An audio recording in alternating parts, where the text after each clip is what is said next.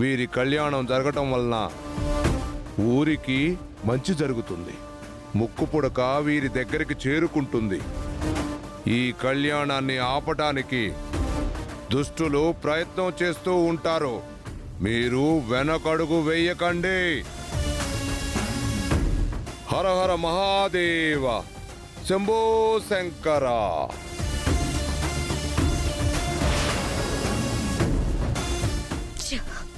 నా ప్లాన్ మొత్తం పాడైపోయింది. అమ్మా, ఈ అవనిని అస్సలు తక్కువ అంచనా వేయకూడదు. స్వామీజీ మాటలు కూడా నమ్మరా? ఏమో, స్వామీజీతో కావాలనే ఏ విధంగా చెప్పించావేమో.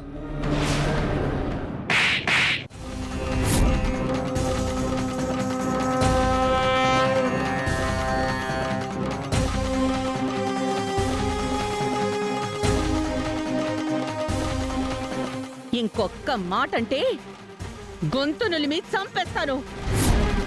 ఏమనుకుంటున్నావో? మీలో ఇంకెవరికైనా అభ్యంతరం ఉందా? అజ్ఞానంతో మీ దగ్గరకొచ్చి తప్పుగా మాట్లాడాం, క్షమించండమ్మా. అవునమ్మా, మా బుద్ధి గడ్డి తిని మిమ్మల్ని నిలదీశాం. పెద్ద మనసు చేసుకోండమ్మా. అమ్మా అవనమ్మా, నీ గురించి తెలిసి కూడా నిన్ను అపార్థం చేసుకున్నాం. రేపు నువ్వు పెళ్లి రోజు వేడుకలు ఘనంగా జరుపమ్మా. ఎవరూ అడ్డుపడకుండా మేం చూసుకుంటాం.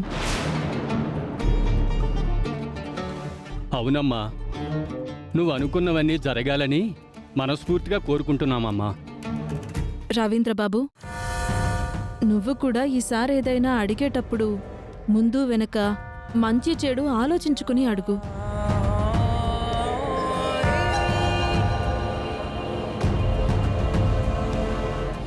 ఐఎమ్ రియల్లీ సారీ అండి.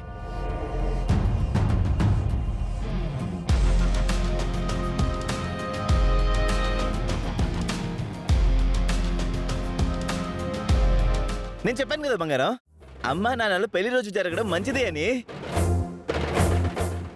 అమ్మా, రేపు ఏర్పాట్లన్నీ నేనే దగ్గరుండి చూసుకుంటాను.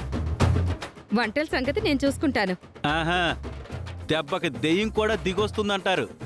నిహారిక చెంప చెళ్ళు మనగానే మీ అందరికీ బుద్ధొచ్చింది.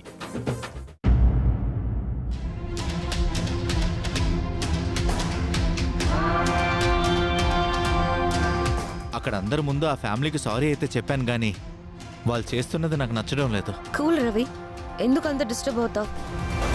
నీ అసంతృప్తిని మీ తాతయ్య దగ్గర చెప్పుకో. ఆయన ఏదైనా సలహా ఇస్తారేమో. పద లోపలికి వెళ్దాం. హ్మ్.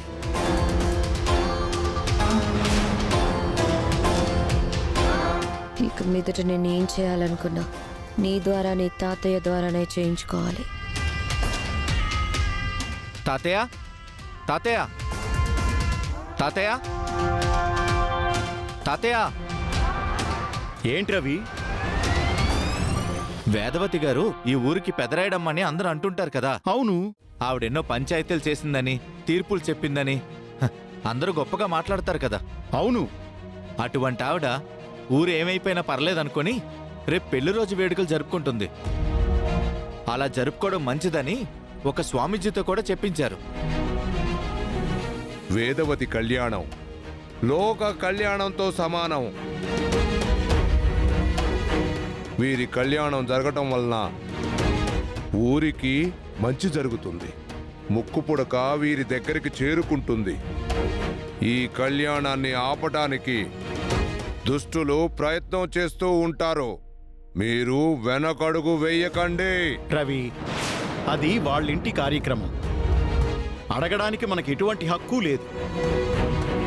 నువ్వు అక్కడికెళ్ళి గొడవ పడ్డం తప్పు. వారం రోజుల్లో ఊరు పరిస్థితి ఎలా ఉండబోతుందో ఎవరికీ అర్థం కావటం లేదు. ఎవరి నిర్ణయాలు వారు తీసుకుంటున్నారు. ఆ కళ్యాణం వలన ఊరికి మంచి జరుగుతుందని స్వామీజీ గారే చెప్పినప్పుడు ఇంకా మనం ఏం చేయలేంరా.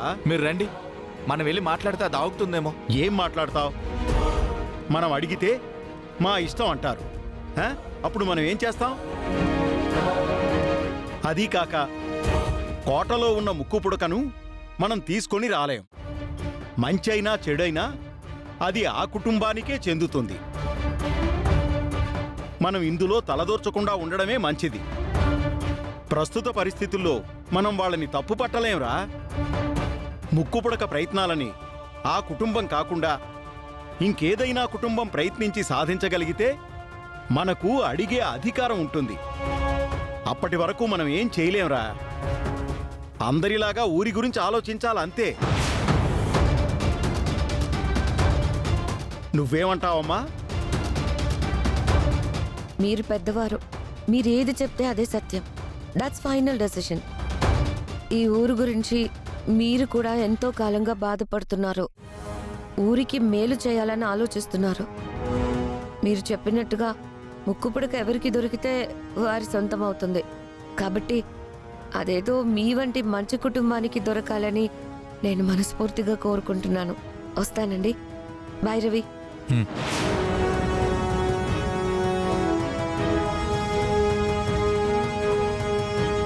మాయా ఇంటికి అతిథిలా వచ్చినా మన ఇంటి గురించి బాగా ఆలోచిస్తుంది కదా తాతయ్య.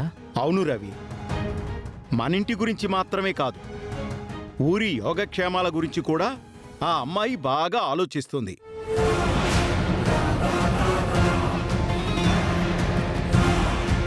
వేదవతి ప్రసాద్ రావుల కళ్యాణం జరగడం వలన నిజంగా అంతా మంచే జరిగి ముక్కుపుడక వారి దగ్గరికి చేరుకుంది అంటే ఇంతకాలం నేను ఎదురు చూసిన దానికి అర్థం ఉండదు.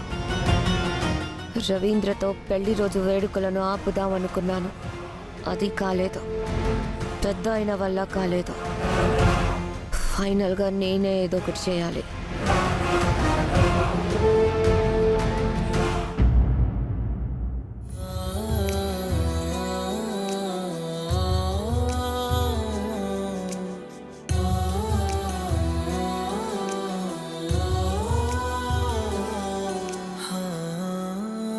ఏమైందత్తయ్యా? ఎందుకిలా ఉన్నారు? రేపటి వేడుక గురించే ఆలోచిస్తున్నాం. బయటికి వెళ్ళి ఆ ఏర్పాట్లన్నీ మాట్లాడొచ్చేస్తామమ్మా. మాకెందుకో ఆ వేడుకలు అవసరమా అని అనిపిస్తుందిరా. స్వామీజీ గారు కూడా వచ్చి చెప్పారు. ఊరు వాళ్ళు కూడా తమ తప్పు తెలుసుకుని ఒప్పుకున్నారు. మళ్ళీ దాని గురించి ఎందుకు ఆలోచిస్తున్నారు? మంచి జరిగితే ఎదుటివారి గొప్పగా, చెడు జరిగితే మన తప్పుగా తీసుకునే రోజులమ్మా. అందుకే ఆలోచనలో పడ్డామమ్మా. మీ కళ్యాణం దేవుడి కళ్యాణం వంటిది. ఓ యాగంతో, ఓ యజ్ఞంతో సమానం. మళ్ళీ ఆ విషయం గురించి ఆలోచించాల్సిన అవసరమే లేదు. మొన్నటిదాకా నువ్వు మాకు దూరమై ఇప్పుడు అందరి మధ్యలో ఉన్నావు. కష్టాలు వస్తూ ఉంటాయి, పోతూ ఉంటాయి. మధ్యలో అప్పుడప్పుడు చుట్టం చూపులో వచ్చే సంతోషాలను ఎందుకు దూరం చేసుకోవడం? చూడండి, మీరింకా విషయం గురించి ఆలోచించకండి. జరగాల్సిన కార్యం అంతా సవ్యంగా జరుగుతుంది.